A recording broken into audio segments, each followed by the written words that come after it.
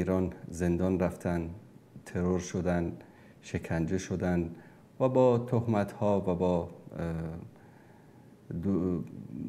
دوسیه سازی‌های عجیب و غریب اینها رو خلاصه از منبر و از مدرسه و از دعوت و از تبلیغ منع کردن. این دوسیه سازی و پرونده سازی یکی از اعمالی است که نظام‌های ظالم و ستمگر و طواغیت در سراسر جهان و در طول تاریخ انجام دادند.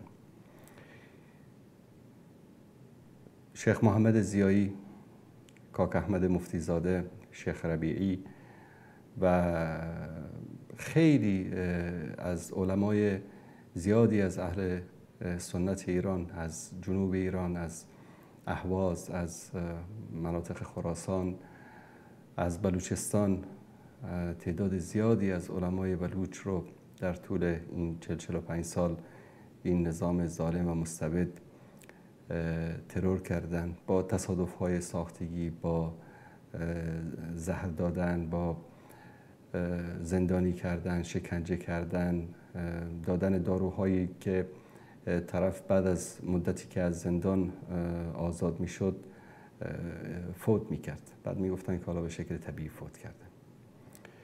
و این دغدغه ظالمین و ستمگران بوده در طول تاریخ. در تاجیکستان هم چنین. بعد از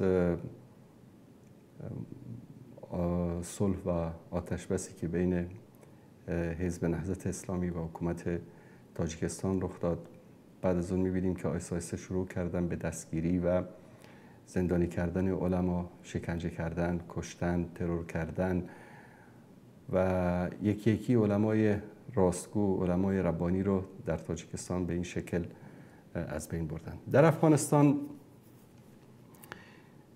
مبارزه با علما و دعوتگران و اهل علم از زمانهای حملات انگلیس ها قبل از سال 1919، قبل از استقلال به اصطلاح شروع شد و در دوران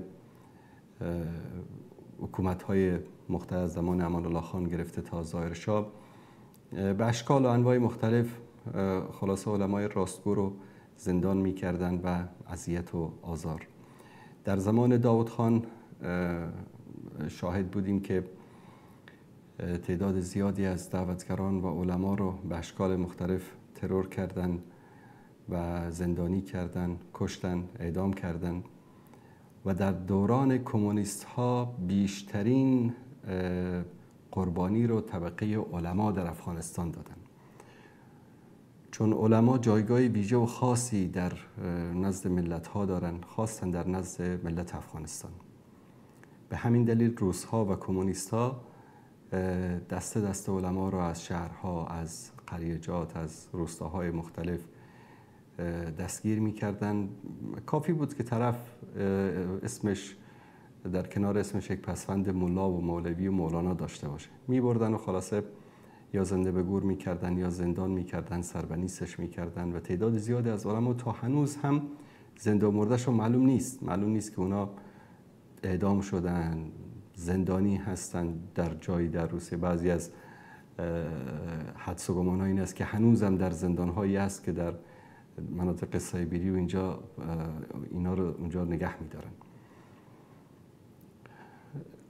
در زمان جهاد تنظیم‌های جهادی که بودن، علمای راستگو و علمایی که در مقابل خودخواهی‌ها و در مقابل تکبر و جنگ‌های داخلی و اعمال ناشایسته‌ای که رهبران و قماندان‌ها و فرماندهان جهادی انجام می‌دادند، می‌ایستادند در منابر از اونها نقد می‌کردند و به هدف اصلاح اونها رو نصیحت می‌کردند. در اون زمان هم دیدیم که تعداد زیادی از علما به دست همین رهبران جهادی و تنظیم‌های جهادی در پاکستان و در جای مختلف حتی در داخل افغانستان ترور می‌شدند. به مجردی که رهبر تنظیم را انتقاد می‌کرد که مثلا فلان رهبر چرا فلان کاری را انجام داده، طرف رو می‌کشتن. در زمان حکومت جمهوری بعد از اشغال افغانستان توسط آمریکایی‌ها به دو شیوه اینها با علما برخورد کردند. یکی شیوه تطمیع بود که از در طول تاریخ این روش بوده که علما رو با مبالغ هنگفتی اینها رو می‌خریدن، به عنوان معاش بهشون میدادن. یکی از عزیزان میگفت در یک روستای بسیار دور افتاده که شاید خان و رئیس این روستا مثلا $1000 پول نقد رو در زندگی خودش ندیده. به یکی از علما در اونجا میگه در یک روستای دور افتاده که شما تصور بکنید در روزی یک ماشین صبح از اونجا میره شهر و شب برمیگرده، هیچ آثاری از تمدن و از این چیزا نیست در اونجا. به یک ملایی در اونجا ماهانه $3500 آمریکایی ها حقوق میدادن. تعداد زیادی از علما رو به این شکل آمریکایی ها خریدن و بعضی از اینها رو حتی در پارلمان و در مجلس سنا و در مناصب هم جا دادن. تصاویرشون رو شاید دیده باشید، در جلسات پارلمان تعداد زیادی از عمامه به سرها و عبا و قباداران در اونجا بودن، از رهبران جهادی، از علما، از دعوتگران حتی. بر صورت در طی برنامه هایی که ما داشتیم و آماری که چه از طریق رسانه ها چه از طریق عزیزانی که در افغانستان بودن، تا پایان نظام جمهوریت چیزی در حدود 1500 نفر عالم در افغانستان فقط کشته شدن، به انواع مختلف ترور شدن. تعداد زیادی از دکتر نیازی رحمت الله علیه، دکتر ایاز نیازی گرفته، دکتر عاطف، مبشر مسلمیار و تعداد زیادی از علما که این آمار علمایی است که در شهرها و در مناطق مهم در افغانستان ترور شدن. اونایی که در روستاها و در قریجاتی که نه کسی آمارش و نه اخبارش رو نشر کرده، شاید تعدادش از این هم بیشتر باشه. در صورت آنچه آمار دقیقی که به ما رسیده بود، بیش از 1500 نفر از علما و دعوتگران رو به اشکال مختلف در افغانستان به شهادت رساندن و خیلی از اینها رو هم گناهش رو مینداختن گردن تکفیریا و گردن داعش و اینا. گرچه پرواضح است که در ترور علما و دعوتگران به نفع کفار، به نفع طواغیت و به نفع یهود و نصارا داعش نقش اساسی رو داشته. با کوچکترین مشکلی که بین اونها و بین یک عالم و دعوتگری پیش آمد، فتوای تکفیرش رو صادر میکردن، بعد از اون ترورش میکردن. و طبق اخبار دقیقی که بعد از سقوط جمهوریت از منابع نزدیک به نیروهای امنیتی در افغانستان به دست آوردیم، که در ترور خیلی از علما امنیت ملی یا همون استخبارات داخلی در افغانستان یا خادی که در زمان کمونیست ها بود، امنیت ملی مستقیما دست داشت. یعنی امنیت ملی افرادی را استخدام می‌کردن، به اونها پول میدادن، خلاصه و زمینه ترور و قتل عالمی از علما رو فراهم می‌کردن. با آمدن امارت اسلامی و نزدیک شدن حرکت طالبان به کابل و بعد از اون سقوط کابل، یک جرقه امیدی در دل همه مؤمنین و مسلمانان و علما و دعوتگران زده شد که اینها که عالمن، اینها ریش دارن، عمامه دارن، فرماندهان اینها، بزرگان اینا، امیر مؤمنین، اینا از طبقه علما هستن. پس این مهنت علما و روزهای سخت و دشواری که علما در افغانستان داشتن به پایان رسیده. اما متاسفانه در شروع نظام امارت اسلامی ما شاهد قتل تعداد زیادی از علما و دعوتگران خواستن در سال اول، از جمله مورث متوکل و بعد از ایشان تعداد زیادی از علما در ننگرهار، در کابل، در قندهار، در هرات، در شهرهای مختلف بودیم. تا به شهادت رساندن مولانا مجیب الرحمن انصاری رحمت الله علیه.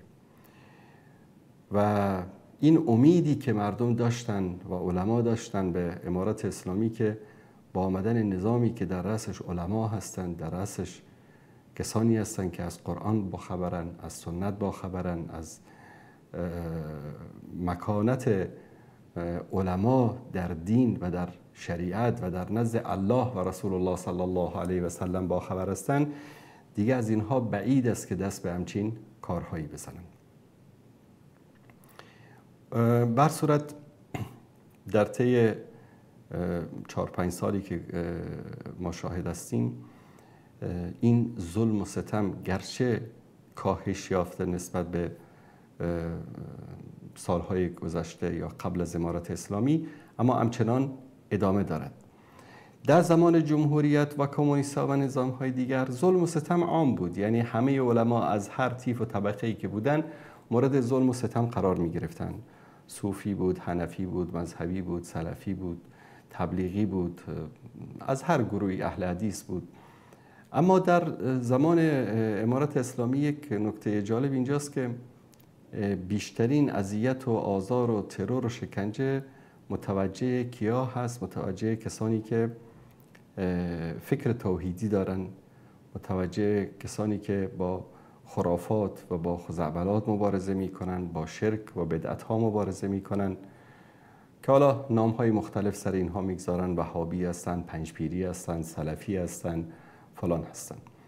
و این یک به اصطلاح وسیله عام است در بین طغات که امروز اروپا، آمریکا، یهود، نصارا، طواغیت در کشورهای اسلامی، در هر جا، در روافض در ایران، با موحدین و با اهل توحید و یکتاپرستی که مبارزه کنن، اولین تهمتی رو که با آنها میزنن تهمت چی است؟ وهابیت.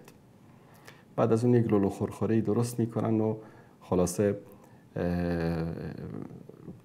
این رو کشتنش هم حلال میدونن، اذیت کردنش و شکنجه کردنش و اینها رو. این قتل ها و این ظلم ستم هایی که در طی این سالها بر علما و دعوتگران در افغانستان صورت گرفت، واقعا انسان رو به تعجب وامی داره که چطور انسان هایی که عالم دین هستن، چطور کسانی که اهل علم هستن و خودشون رو تابع شریعت و تابع قرآن و سنت میدانن، با علما و دعوتگران این گونه رفتار میکنن. یکی از بهانه‌ای که دارن این است که اکثر این علما که هستن اینها سلفی بودن و چون داعشی ها از بین سلفی ها به اصطلاح به وجود آمدن، پس این فکر سلفی یا فکر اهل حدیث یا فکر توحید سبب این به اصطلاح فکر تکفیری و فکر داعشی است. اگر این گونه بخوایم که ما قیاس بکنیم، خب جبهه آزادی، مخالفین طالبان، احمد مسعود و کسانی دیگری که هستن، اینایی که ترور میکنن، بم منفجر میکنن، اینا هم حنفی هستن، اینا که سلفی نیستن و خودشان را حنفی میدانن، پیرو مذهب حنفی میدانن. پس آیا وجود همچین گروه های ضد امارت اسلامی دلیل بر این است که در پشت سر این مخالفت ها و این سازمان هایی که حتی سازمان های نظامی که بر علیه امارت اسلامی می جنگن حنفیت وجود دارد؟ این یک قیاس مع الفارق به قول علما هست که اینها می کنن و فکر تکفیری و فکر داعشی حالا شاید از مدرسه سلفی خارج شده باشد، اما کلاً بیشترین ضربه رو فکر سلفی و علمای سلفی از این گروه خوردن. یک سبب دیگر در برخورد با علمای ربانی در سایه امارت اسلامی تعصب مذهبی است.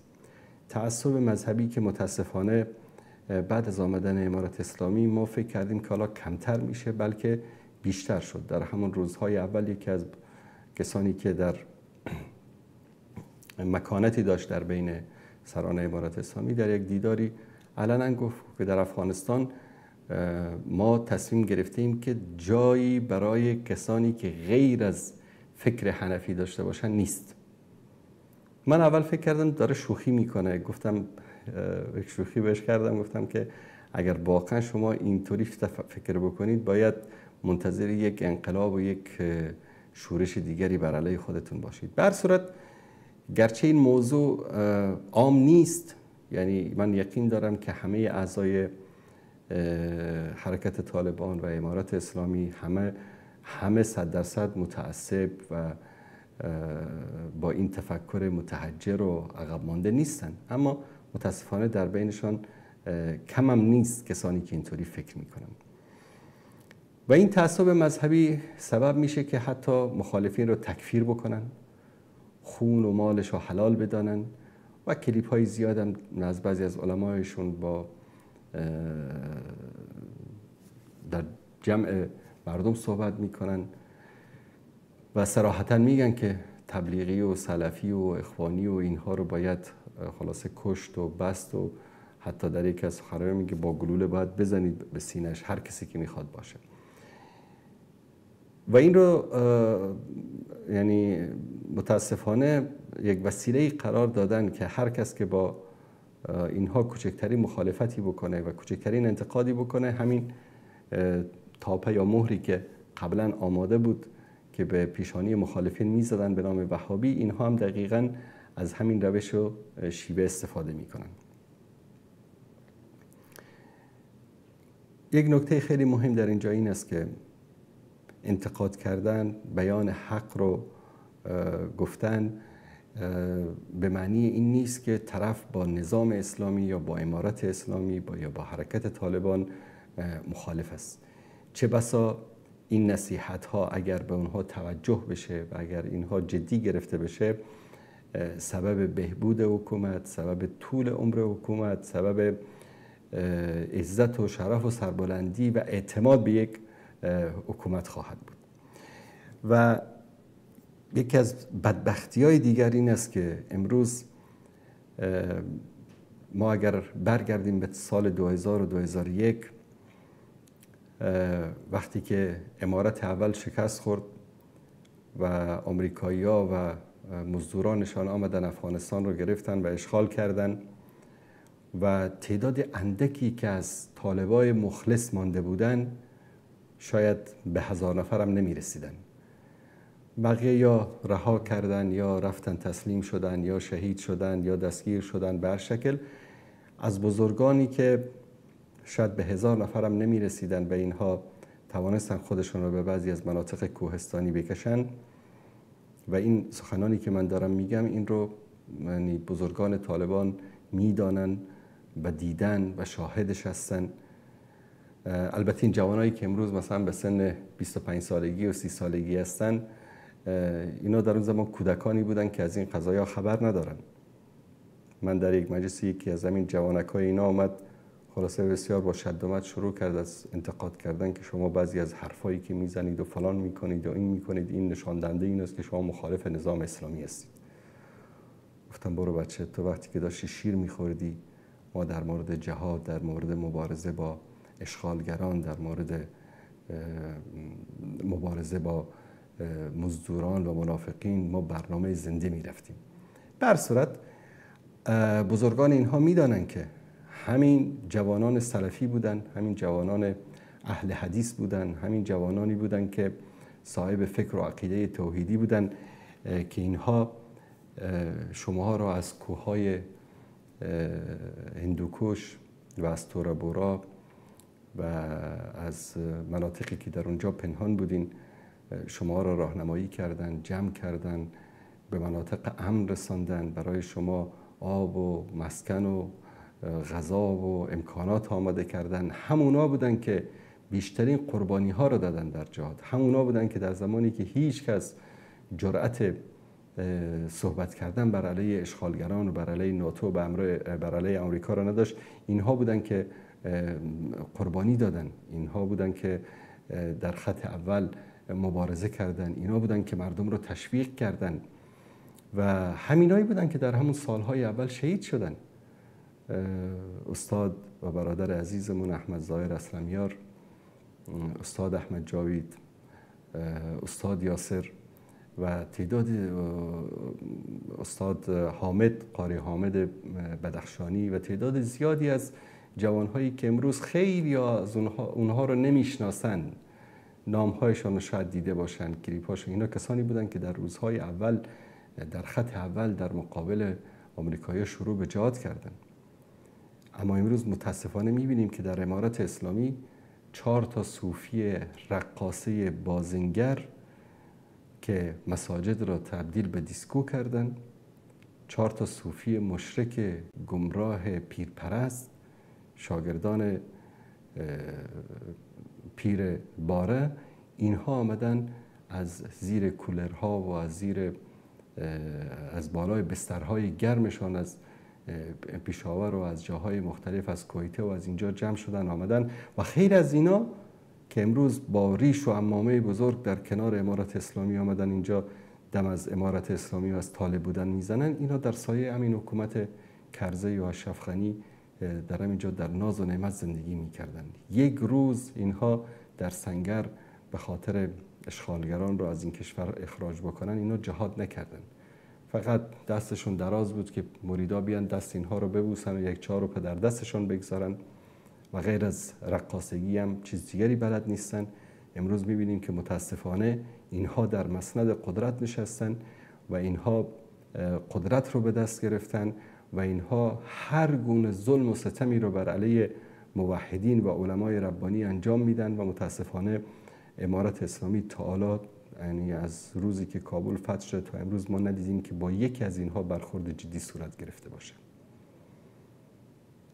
و این مصیبت است برای یک حکومت اسلامی که 4 صوفی رقاصه خرافی اینها امروز بیان ثمره جهاد، ثمره قربانی، ثمره جانفشانی جوانها و موحدین و علمای ربانی و علمای موحدی که در مقابل اشغالگران و در مقابل منافقین ایستادن، اینها بیان جای اونها رو بگیرن و ثمره جهاد رو اینها به این شکل ضایع بکنن و الله سبحانه و تعالی بازخواست خواهد کرد.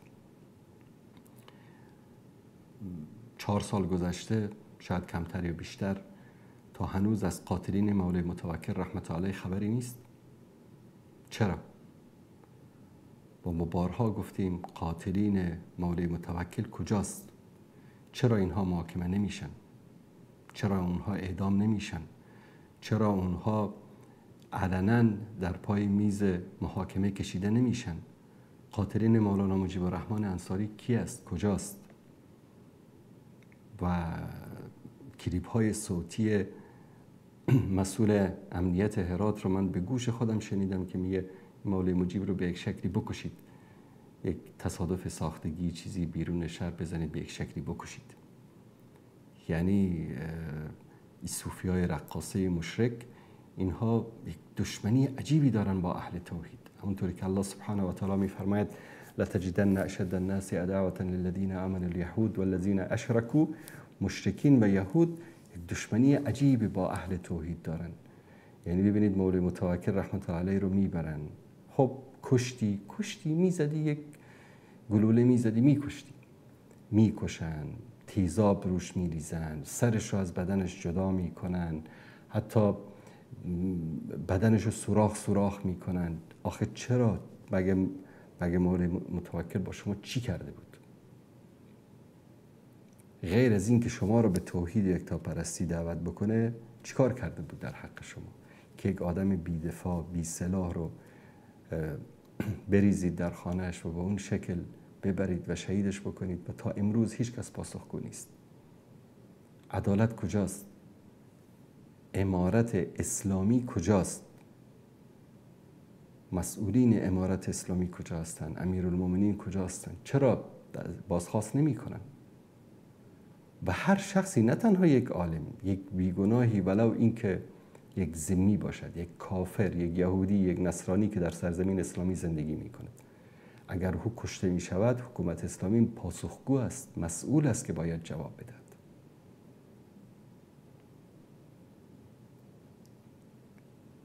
میگن یک روزی عبدالملک ابن مروان بود فکر کنم، یکی از خلفای بنی امیه در یک مجلسی همینطور صحبت میکرد، میگن که گفت که آیا خداوند از همین امرا هم به این شکل بازخواست میکنه؟ یعنی که ما این همه خوب خدمت میکنیم.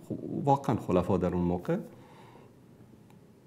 بعضیاشون خیلی انسانهایی بودن که همین کافی است که مثلا یک سرزمین رو فتح کردن، میلیون ها نفر مسلمان شدن و تا امروز نسل اونها مسلمان است.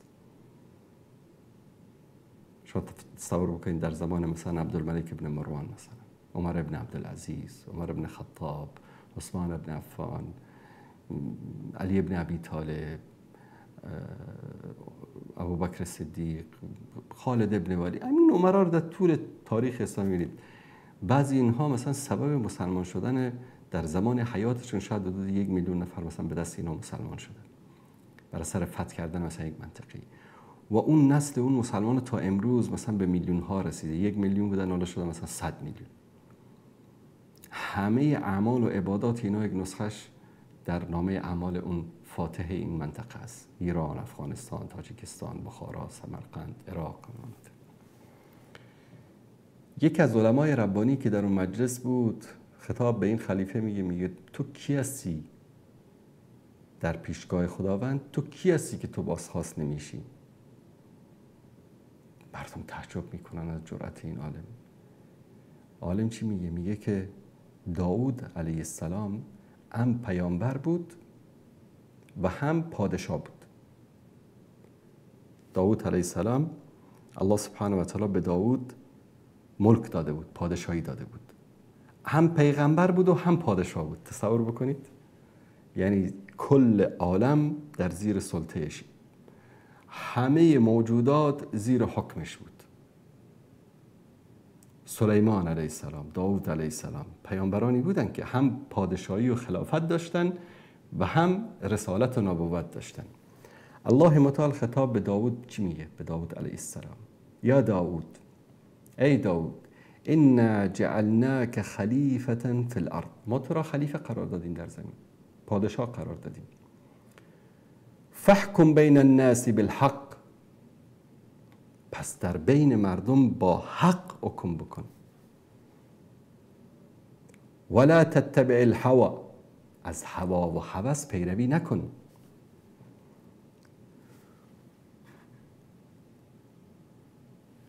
وقتی که از هوا و هوس ولا تتبع الهوى فیضلک عن سبیل الله، که این هوا و هوس تو رو از راه الله سبحانه و تعالی، از سبیل الله چیکار میکنه؟ منحرف میکنه. ان الذين يضلون عن سبيل الله لهم عذاب شدید بما نسوا یوم الحساب. میگه اینایی که، ای داود، خطاب به کی است؟ اول آیه رو دوستان نشون میدن یا داود، خطاب به داود نبی است، پیغمبر است.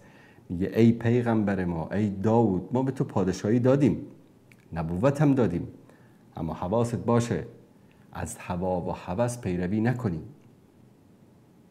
اگر از هوا و هوس پیروی کردی و از صراط المستقیم، از سبیل الله منحرف شدی، گمراه میشی. ان الذين يضلون عن سبيل الله لهم عذاب شدید بما نسوا یوم الحساب. کسانی که از راه حق، از سبیل الله منحرف شدن، عدالت نکردن، ظلم کردن، ستم کردن، حق رو پیروی نکردن، برای اینها عذاب دردناکی است در روز حساب. و ما امروز میگیم یا امیر المؤمنین، ای امیر مؤمنان، ای ملا هبت الله آخوند، حفظک الله و رعاک. این خطاب به داود است، به داود نبی. تو چی هستی در مقابل داود؟ در این آیه خطاب به پیامبری است از پیامبران اولوالعزم که هم ملک و پادشاهی داشت، هم نبوت و رسالت داشت. ای امیر مؤمنان، الله متعال میگه یا داود، ما میگیم ای امیر مؤمنان، فحکم بین الناس بالعدل، با عدالت در بین مردم حکم بکن. ولا تتبع الهوى، از هوا و هوس خودت و 4 تا ملای رقاصه ای که دور تو را گرفتن پیروی نکن. فیضلک عن سبیل الله، که تو را از راه راست به بیراه میبرند. ان الذين يضلون عن سبيل الله لهم عذاب شدید بما نسوا یوم الحساب. در روز حساب دیگه تو امیرالمومنین نیستی، یک فرد هستی. نه امارت است، نه استخبارات است، نه ارتش است، نه اردو است، نه امنیت است، نه وزارت داخله است، نه این همه خدم و حشم از هیچ کس نیست. هر کس به شکل فردی در پیش الله سبحانه و تعالی حاضر می شود. و مثقال ذره خیر یره و مثقال ذره شر یره. به اندازه یک سر سوزن خیر و شری که انجام دادید در اونجا در پیشگاه الله سبحانه و تعالی حساب می دهید. ای امیر مومنان، شما که خودتون را امیر مومنین میگین، فرزندان همسر مولوی متوکل تا هنوز منتظر هستند که قاتلین او کجاست. مولوی مجیب الرحمن انصاری تا هنوز خانوادهش منتظر است که قاتلینش کی بودن، کجاستن. کسانی که امر قتل اینها را صادر کردن کجاست و مانند اونها دهها و صدها عالم و دعوتگر دیگری که زندانی شدن، شکنجه شدن، کجا هستن اینها؟ موضوعی که سبب شد من امروز در مورد این قضیه صحبت بکنم، یکی از علما و دعوتگرانی است که به خاطر حقگویی، به خاطر انتقاد از سیاست‌های پاکستان، از حکومت پاکستان، از حکومت ایران و انتقاد از بعضی از سیاست‌های امارت اسلامی امروز در زندان است. یک عالمی که فکر کنم بالای 80-90 سال عمرش است. عالمی که بیش از 300-400 تا شاگرد داشت. عالمی که سالها در طول جهاد به مجاهدین و به امارت اسلامی خدمت کرد و عزیزانش رو در این راه قربانی داد، امروز در زندان است. باورتون میشه؟ نه سیاستمدار بود، نه نظامی بود، نه کدام حرکت نظامی و سیاسی بر علیه امارت اسلامی داشت. فقط یک منبری داشت که در اونجا انتقاد میکرد و سخن حق رو میگفت. من قسمتی از سخنان ایشان رو در اینجا خدمت شما عزیزان پخش میکنم.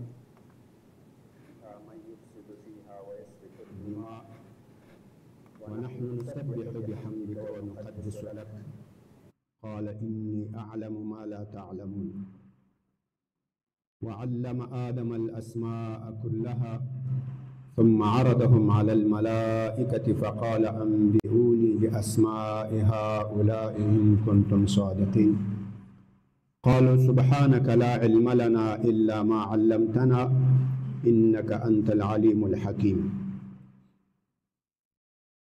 برادرای محترم،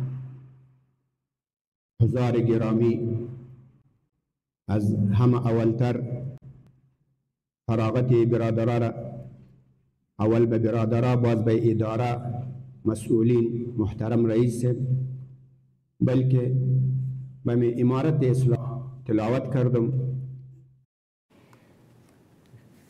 این گوشه از سخنان جناب مولانا عبدالسمیع غزنوی یا مولوی عبدالسمیع غزنوی، یکی از علمایی بود که در طول 20 سال دوران جهاد همیشه در راستای برپایی نظام اسلامی زحمت کشید. قسمت دیگری از سخنرانی‌های ایشان را خدمت شما عزیزان پخش می‌کنیم. جاعل في الأرض خليفة قالوا أتجعل فيها من يفسد فيها ويسفك الدماء ونحن نسبح بحمدك. از الفاظ تشکر نظر ببینید، به خاطر که وقت بسیار تنگ است. دیگر شیوخ کرامم تشریف دارم. و هم شاید به حضور شما درفشانی کنند. ما به موضوع خود رجوع میکنیم. برادران محترم، نظام ها روی زمین این عموما مایه را به سه طبقه بندی میتونیم، به سه کتگوری ای را تقسیم میتونیم. یکی نظام اسلامی که او را خلافت میگه، او را امارت میگه، او را امامت العظما میگه. و آیتی که ما در حضور شما تلاوت کردم، پروردگار امی مسئله را وضاحت میده. و اذ قال ربک للملائکه انی جاعل فی الارض خلیفه. وقتی که پروردگار تو به ملائکه گفت که یقینا ما در روی زمین یک خلیفه را تعیین میکنم، یک خلیفه میگردانم. این خلافت، امارت، امامت العظما، این سه نام مترادف است. تغایر لفظی دارن، لغوی دارن و در اصطلاح ارسشان یکی است. این نظام اسلامی است. پس آن وضاحتش میکنیم. دوم نظام های سکولاریستی است. سکولاریزم یعنی نظام های غیر دینی، نظامی که او اساس و بنیاد و پایه دین نداشته باشد، نظامی که به خوش مردم جور میشه، که او را دموکراسی میگه، که او را جمهوریت میگه. دموکراسی را تعریف میکنه، میگه این اصلا کلمه یونانی است، از دو کلمه جور شده، دیموس و کراتوس. دیموس به معنای مردم، کراتوس یا کراسی به معنای حکمت. دموکراسی یعنی حکمت مردم، حاکمیت مردم. و تعریف اصطلاحی شهید میکنه، حکمت مردم بر مردم برای مردم. دی خلق و حکمت و خلق و باندې دی خلق و لپار. یا په انګلیسي کې در انګلیسي تعریف شهید میکنه the government of the people by the people for the people. حکمت مردم برای مردم سر مردم. این نظام سکولاریست میگه، نظام سکولاریزم میگه. یہ هیچ حساس دینی نداره. یہ هم پسان تقسیم بندی میکنیم انشاءالله. سوم نظام های تیوکراسی است. تیوکراسی این کلمه یونانی است، از دو کلمه جور شده. تیو که به معنای الهیت یا خدایی، کراسی به معنای دین. تیوکراسی یعنی پاچهی خدایی، پاچهی خداداد، یعنی او پاچهی که در اوج خدا پاچا می باشه، خدا حاکم می باشه. فرق خلافت و تیوکراسی را می کنیم. عموما نظام های روی زمین هم سه قسم است. اول خلافت، علامه تفتازانی رحمهم الله از او نقل میکنه، میگه خلافت چی را میگه؟ میگه هی ریاست عامه فی الدین و الدنیا خلافتا عن رسول الله صلی الله علیه وسلم. میگه خلافت یه ریاست عامه است، یعنی که تو رئیس عام شوی، امیر عام شوی، فی الدین و الدنیا، هم در کارای دین هم در کارای دنیا. خلافتا عن نبی صلی الله علیه وسلم. خویی خلافت تو، ریاست تو یه در نیابت نبی صلی الله علیه وسلم باشه. از این تعریف چند سخن معلوم میشه. اول هی ریاست عامه، این یک زعامت عامه است، این یک ریاست عامه است. خلیفه امیر المؤمنین به کل مردم، به کل اهل اسلام، به کل مسلمانان امیر می باشد.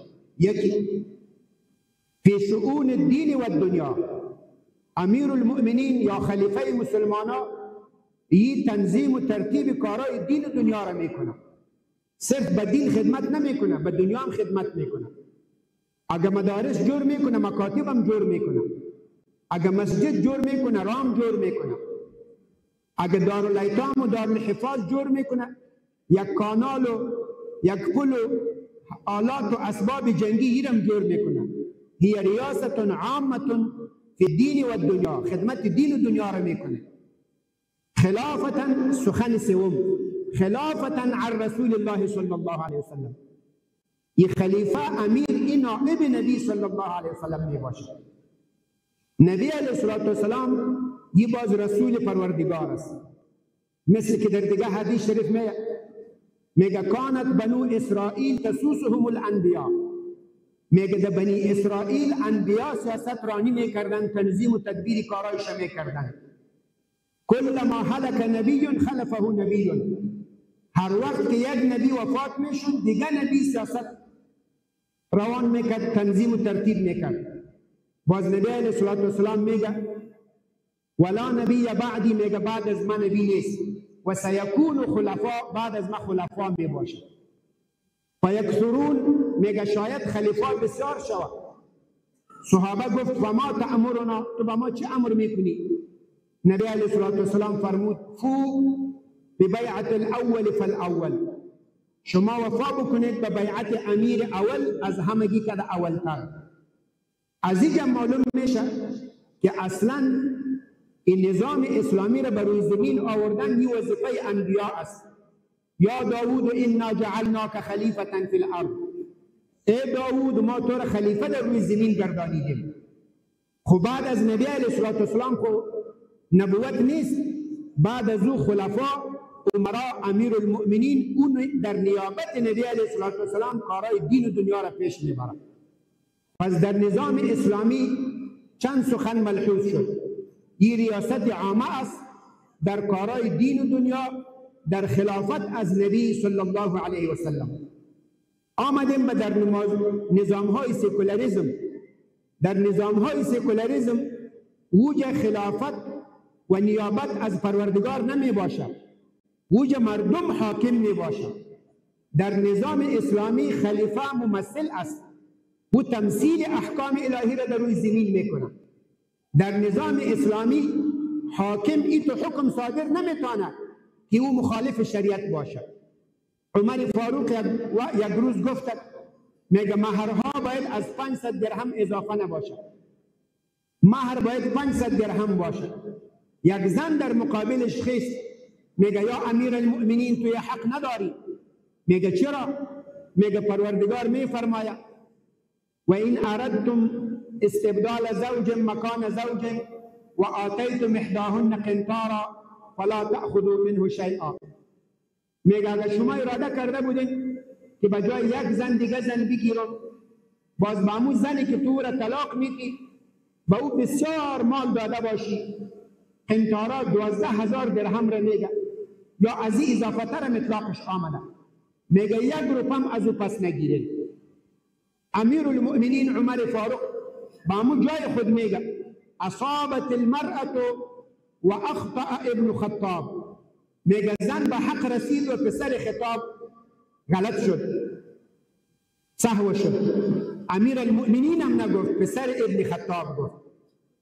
در خلاف نظام اسلامی امیر و ممثل احکام الهی می باشد، و در سکولاریزم، در نظامهای دموکراسی، در نظامهای جمهوری وجه مردم حاکم می باشد، حکمت مردم وجه حاکم مردم می باشد.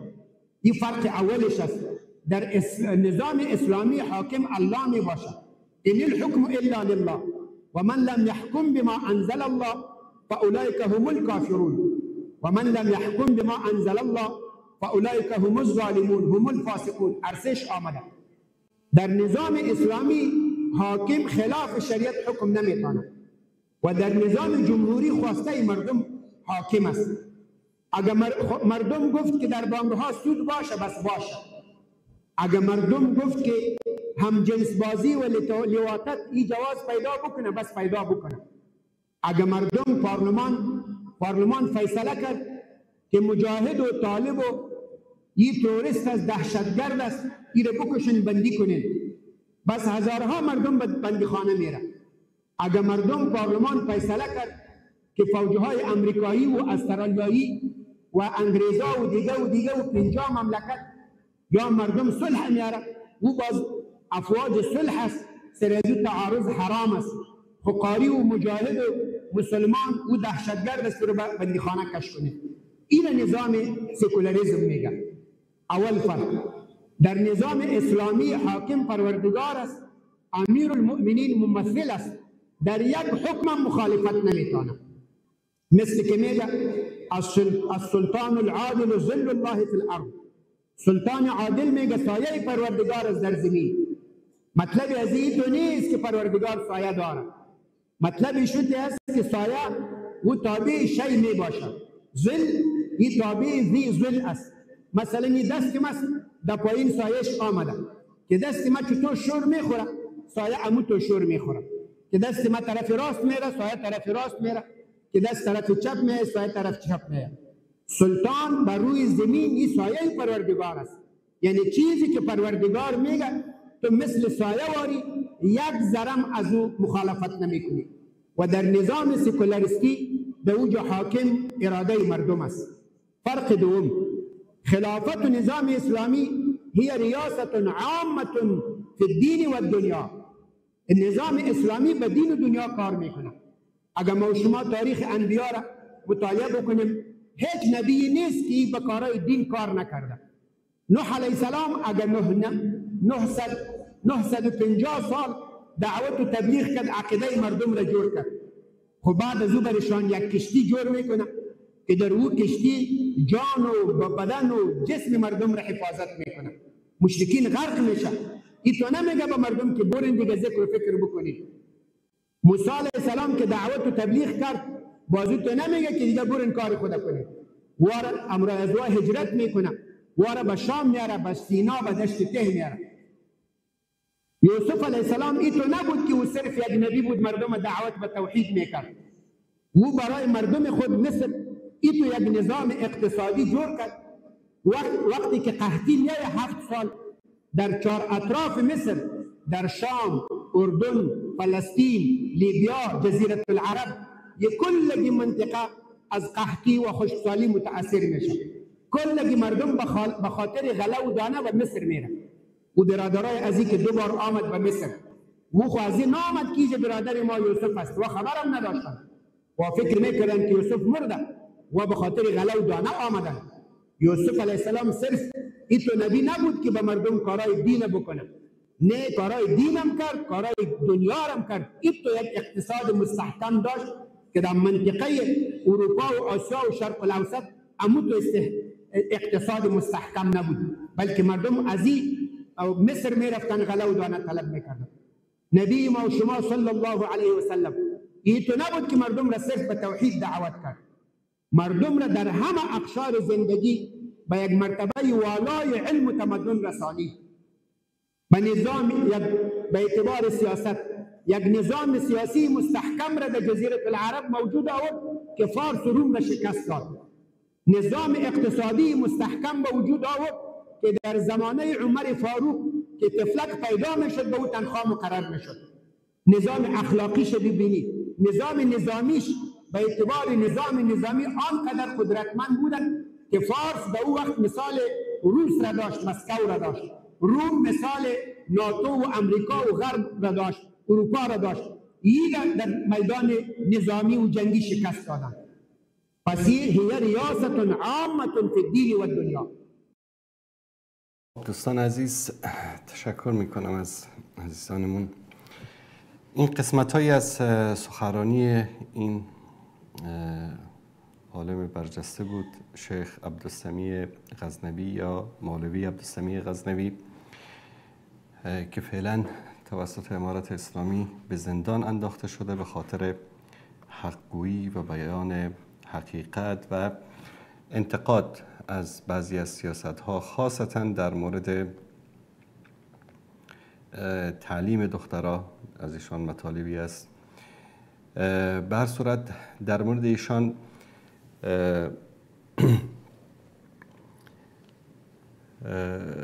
مولوی عبدالسمیع غزنوی فرزند شهید دکتر مولوی عبدالرازق که در زمان کمونیست‌ها، در زمان اشغال افغانستان توسط روس‌ها به شهادت رسید و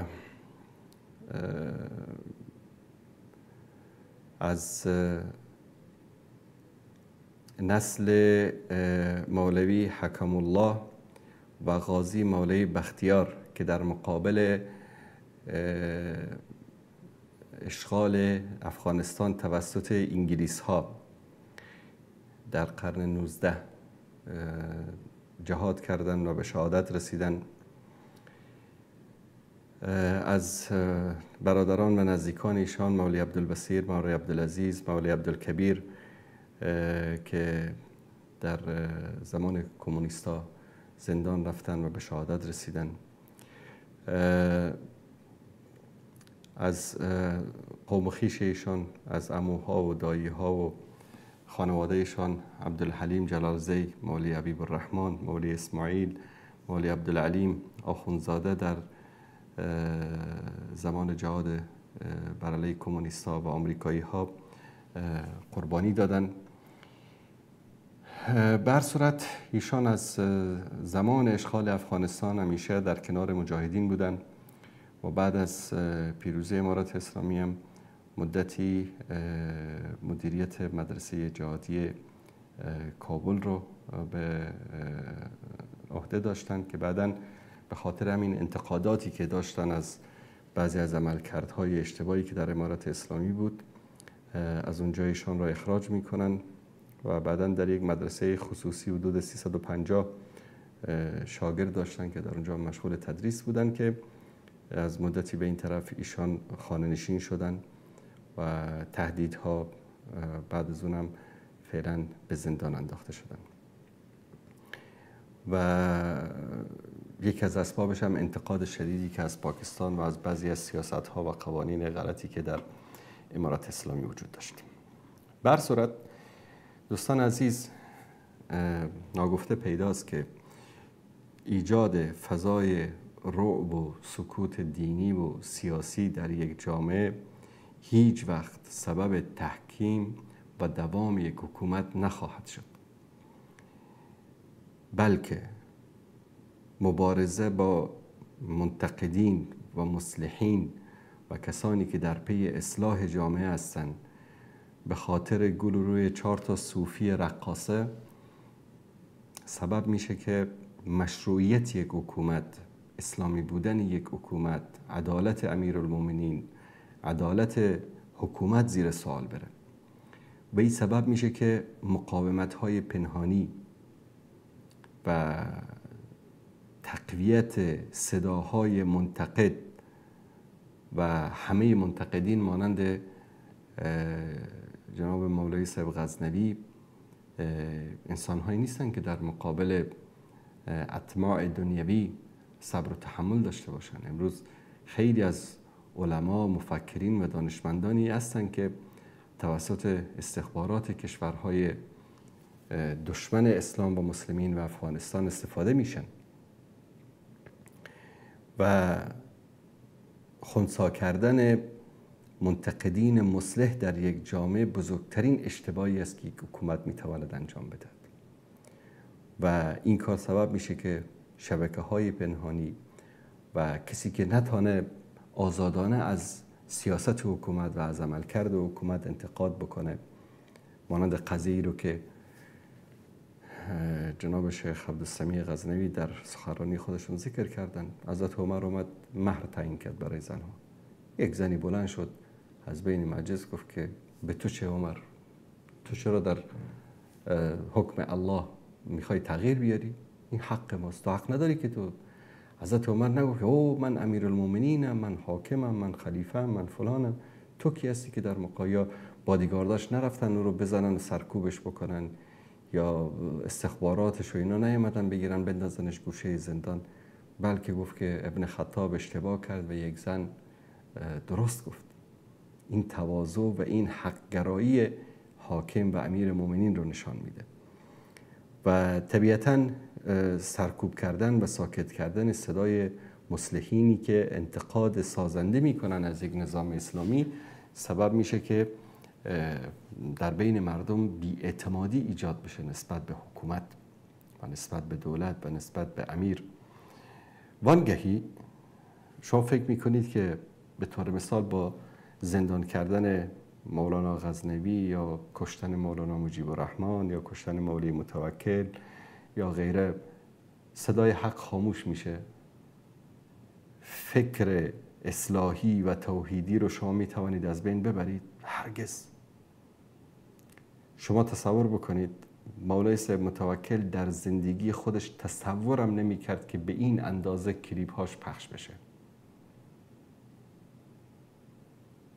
تصورش هم نمی کرد. من در آخرین دیداری که قبل از 1 سال قبل از شهادتشون با ایشان داشتم در مدینه منوره، برای عمره آمده بودن، گفتم جناب شیخ شما یک کمی صحبتاتون رو به فارسی فصیح بکنید، چون عموما چون مخاطبینشون یک تیف خاصی در یک منطقه‌ای در کابل بود، با لهجه و با ادبیات همون مردم صحبت می‌کردن. گفتم الان شیخ شما در بین مردم تاجیکستان، در بین اهل سنت ایران و در بین اطیاف مختلف جامعه افغانستان کم کم دارید محبوب میشید و بهتر این است که هم به فارسی و هم به پشتو وقتی که سخنرانی میکنید فصیح صحبت بکنید تا همه متوجه بشن. حتی بعضی از اصطلاحات که اصطلاحات بسیار عامیانه بود در افغانستان رو برای اینا بازگو کردم که اینها مثلا در ایران کسی متوجه این کلمات نمیشه و قبول کردن. و اما بعد از تقریبا چیزی کمتر از 1 سال 1.5 سال بعد به شهادت رسیدن. به هر صورت ایشان تصورم نمی کردن که بعد از شهادتشان کلیپ هاشون امروز هزاران صفحه هست که کلیپ های اونها رو سخنرانی مثلا 1 ساعت تا 2 ساعته ایشان رو تقطیع کردن، کات کردن، به شکل کلیپ های کوتاه دارن پخش میکنن. و این محبوبیتی رو که امروز مولانا متوکل در بین خاصتا نسل جوان در بین مسلمانان تاجیکستان و ایران و افغانستان دارن، ایشان در زندگی خود تصورش هم نمی‌کرد. و این به این معنی است که کشتن یک عالم، کشتن یک دعوتگر، کشتن یک انسان مصلح، کشتن یک انسانی که در پی اصلاح جامعه است به هیچ عنوان به معنی نیست که شما میتوانید صدای او را خاموش بکنید. همون کسانی که همون صوفیای رقاصه‌ای که سبب شهادت مولانا متوکل شدن امروز کجا هستند؟ و یقین داشته باشید که 10 سال بعد نام و نشانی از آنها نخواهد بود. و این سرزمینی که افغانستانی که در اونجا خون هزاران موحد و یکتاپرست در این سرزمین ریخته شده به خاطر اعلای کلمت الله، و این سرزمین به دست 4 تا صوفی سیفی رقاصه نخواهد ماند. 20 سال پیش یا 24 سال پیش در همین برنامه آن روی سکه گفتیم که ای مردم نکنید، ظلم نکنید برای ملت. مردم افغانستان رو بیش از این زیر ظلم و ستم خودتون قرار. روزی خواهد رسید که یک وجب خاک پیدا نکنید که روی آن بایستید در افغانستان. شد یا نشد؟ و این واقعیت است، این سنت الهی است. باور کنید اگر الله متعال به یک قطره خون مجیب الرحمن انصاری و مولانا متوکل و شهدایی که به خاطر عقیدهشان، به خاطر توحید، به خاطر یکتاپرستی به دست این مشرکین مزخرف رقاصه اینها به شهادت رسیدن، شما فکر میکنید که یک قطره خون اونها هم ضایع میشه؟ به خدا یک قطره خونشون طوفانی خواهد شد و گلم همه اینا رو جمع خواهد کرد. و این در طول امپراتوری ها نابود شدن، تواقیتی که میگفتن انا ربکم الاعلی نابود شدن و هیچ نظامی و هیچ شخصی و هیچ قوتی در مقابل قدرت الهی توان صبر و تحمل نداره. و این رو اسباب دلسوزی داریم میگیم که به خودتان بیایید. یک عالمی، یک ریش سفیدی، یک ملایی که امروز با زبانش داره از شما انتقاد میکنه. شما اگر حکومت اسلامی هستید، امارات اسلامی هستید، به خودتان اعتماد دارید، به اعتقادتان، به راهتان، به هدفتان اعتقاد دارید، چرا یک عالم رو زندان میکنید؟ من علمایی رو میشناسم میگه که هزاران بار از اینها خواستیم بیایید، کسی که با ما مخالفت دارید در تعلیم دخترها، در مسائل مختلف، بیایید بشینیم توی یک برنامه زنده گفتگو بکنیم. یکیشون حاضر نمیشن. اما با ظلم، با ارعاب، با تشدد، با زندانی کردن فکر میکنن که کار به جایی میرسه. بارها گفتیم و در چندین برنامه اینو تکرار، فکر رو نمیشه زندانی کرد. از برای خدا شیخ الاسلام ابن تیمیه رو در زندان انداختن، کاغذ و قرطاس و قلم و همه چیز ازش منع کردن، اما فکرشو نتونستن زندان بکنن، علمشو نتونستن زندان بکنن. باور کنید از روزی که مولوی عبدالسمیع غزنوی رو به زندان انداختن، امروز میبینید که شاید 1000 برابر بیشتر شده نشر کلیپ ها و برنامه ها و سخنرانی های ایشان و یقین داشته باشید که تا 1 سال دیگه به میلیون ها شخص دیگر در افغانستان و خارج افغانستان خواهد رسید. همین هفته گذشته به یکی از شخصیت های رسانه‌ای معروف از علما و دعوتگران گفتم همچین آدمی گفت تا حالا نشنیدم.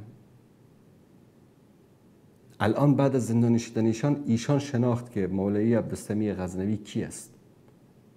شما با زندانی کردن نمیتوانید فکر و عقیده کسی رو زندان بکنید، شما جسم و جسدش رو زندان میکنید، فکر رو زندان نمیکنید. نمیتوانید فکر کسی رو زندان بکنید. پنهانی دوات و کاغذ هم کسی کاغذهای امروزی که نبود که این برگای کاغذ سبک باشه که یک بوک آفر رو برای شما بیارن در چیز شما بنویسید. نه بابا، برگ درخت بود و نمیدونم پوست آهو بود و پوست گوسفند بود، رو می نوشتن، اونم با مرکب. همینا رو پنهانی قاچاق میکردن به زندان. شیخ الاسلام ابن تیمیه می نوشت، بعد در تاریکی شب اینا رو دوباره می آمدن شاگردانش از زندان می گرفتن از پیش ایشون، یا قاچاقی توسط یکی از زندانبانها به بیرون انتقال می دادن و این برگه ها رو یکی از شاگردان ایشان می گرفت، جمع می کرد، بعد می خواند. شما تصور بکنید همین ابن تیمیه‌ای که با این وضعیت زندانش کردن و از داخل زندان ایشان این علمشون رو می نوشتن و به بیرون انتقال می دادن و شاگردانشان اینها رو در بین مردم پخش می کردن. من خدمت شما عزیزان در اینجا بیارم، شاید که خیلیتون باورتون نشه. ابن قدامه مقدسی از شاگردان ابن تیمیه است. امام شمس الدین ذهبی صاحب کتاب میزان الاعتدال و تاریخ الاسلام و سیر اعلام نبلا، ابن قیم جوزی، حافظ ابن کثیر صاحب تفسیر ابن کثیر و تعداد زیادی از علما و بزرگانی که بزرگترین ابن قیم جوزی، خیلی از علما، ابن حجر، از علمایی که شما تصور بکنید امروز اگر ابن تیمیه و شاگردانشون نمی بودن ما 50% از کتابخانه اسلامی ما در فقه و در حدیث و در تفسیر رو نمی داشتیم. امروز به من نشان بدید تفسیر مثل تفسیر ابن کثیر، امروز به من نشان بدید تاریخ مثل تاریخ ذهبی، جرح و تعدیل نشان بدید مانند میزان اعتدال یا مانند سیر اعلام نبلا، نشان بدید که امروز منبع و مصدر خیلی از علما و مدارس دینی همه فرقه و مذاهب اسلامی هستن. این انسان عمرشو در زندان گذرانده، علمشو می نوشت، قاچاق می کرد بیرون. شما می دانید فتاوای ابن تیمیه که امروز تا چاپ میشه تمام میشه در بازار، از اولین چاپش تقریبا حدود 30-35 سال پیش شده تا امروز تا چاپ میشه تمام میشه در بازار و به قیمت‌های هنگفتی میفروشن کتاب فروشی. میدونید فتاوای ابن تیمیه رو 750 سال بعد از وفاتش چاپ کردن، از روی مخطوط، از روی دستنویس. 750 سال بعد در زمان ملک فهد پادشاه عربستان سعودی برای اولین بار چاپ شد. فکر گم نمیشه. عقیده و ایدئولوژی رو نمیتونید از بین ببرید. هرچی بیشتر زندان کنید، بیشتر فشار بیارید، بیشتر بکشید، بیشتر شکنجه کنید، بیشتر قید و بند بکنید، بیشتر در بین مردم پخش میشه. و این واقعیت است. و تاریخ، کسایی که به این مسائل اعتقاد ندارن، از تاریخ از تاریخ امت اسلام و تاریخ بشریت خبر ندارن. فکر و اندیشه و عقیده رو نمیشه زندانی کرد.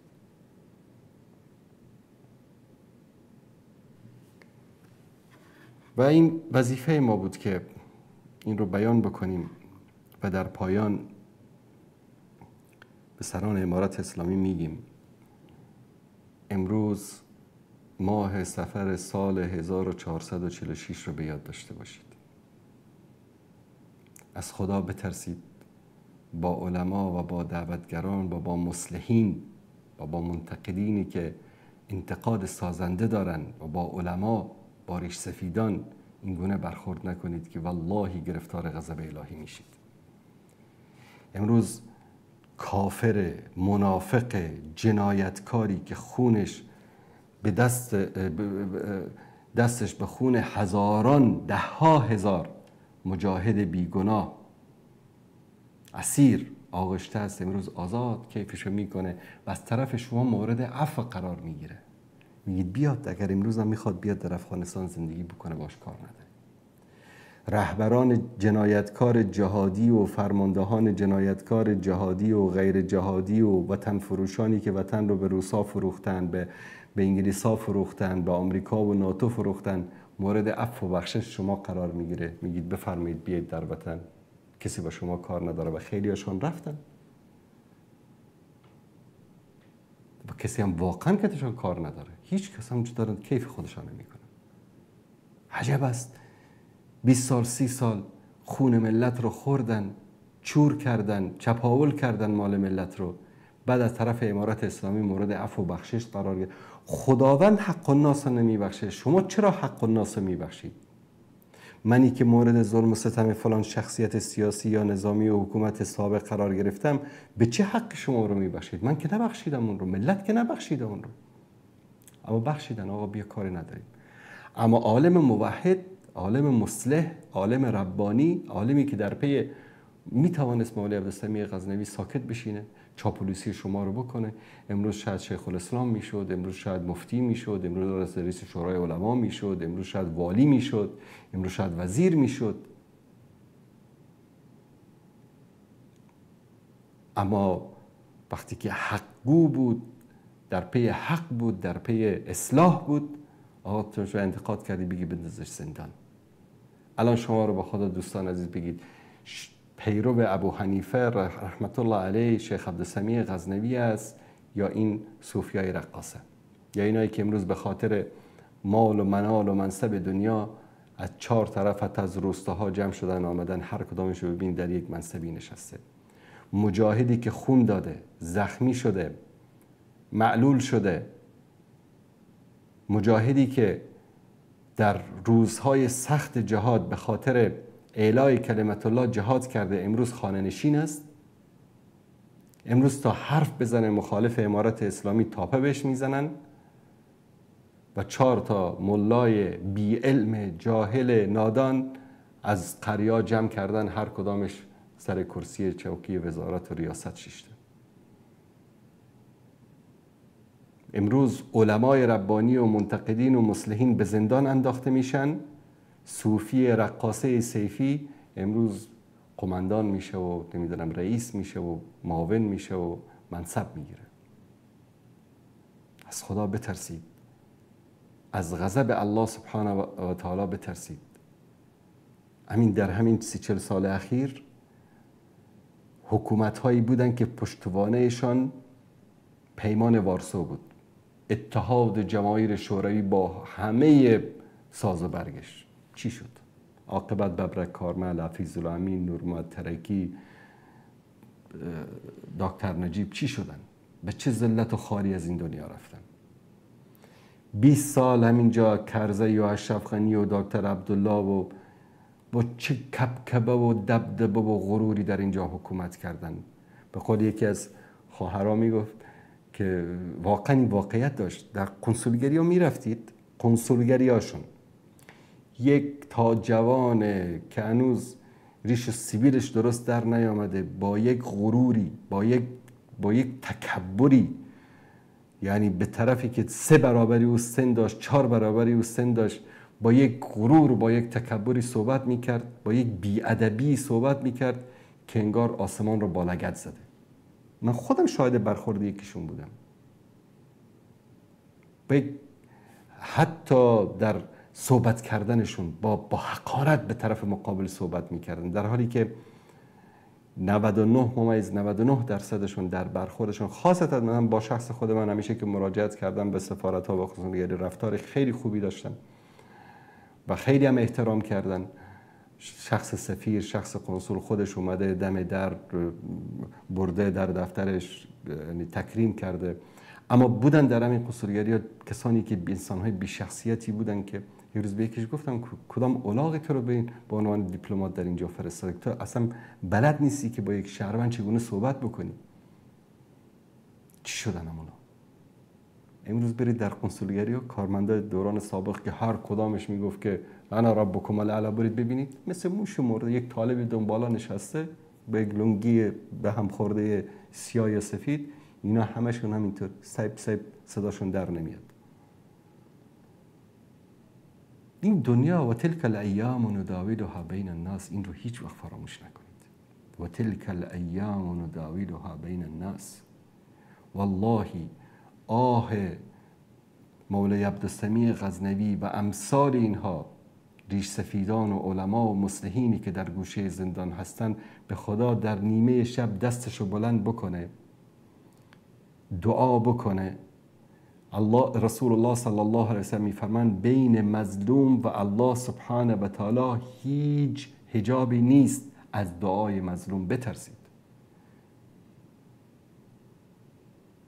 یک دعایی در نیمه شب بکنه، باور کنید از امیرالمومنین گرفته تا پایین و بالا همه تا از بین میرید. پس از خدا بترسید.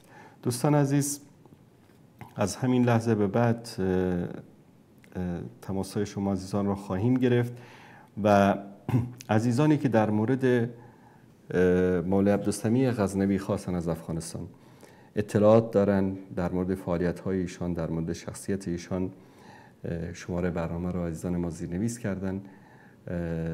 سعی کنید اگر که با ایشان آشنایی دارید، از علم و از اخلاق و از ویژگی ایشان در موردش صحبت بکنید و شماره تماس برنامه را عزیزان زیرنویس میکنن، هم از طریق واتساپ و هم از طریق تماس مستقیم میتوانید در برنامه شرکت بکنید.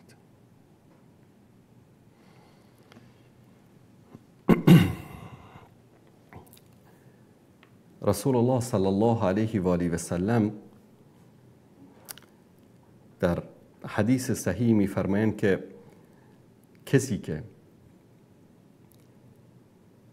برای طلب علم در راهی حرکت میکنه، الله سبحانه و تعالی راه جنت رو برای او باز میکنه و میفرمایند که ملائکه بالهای خودشان را وقتی که این در راه طلب علم حرکت میکنه برای او فرش میکنن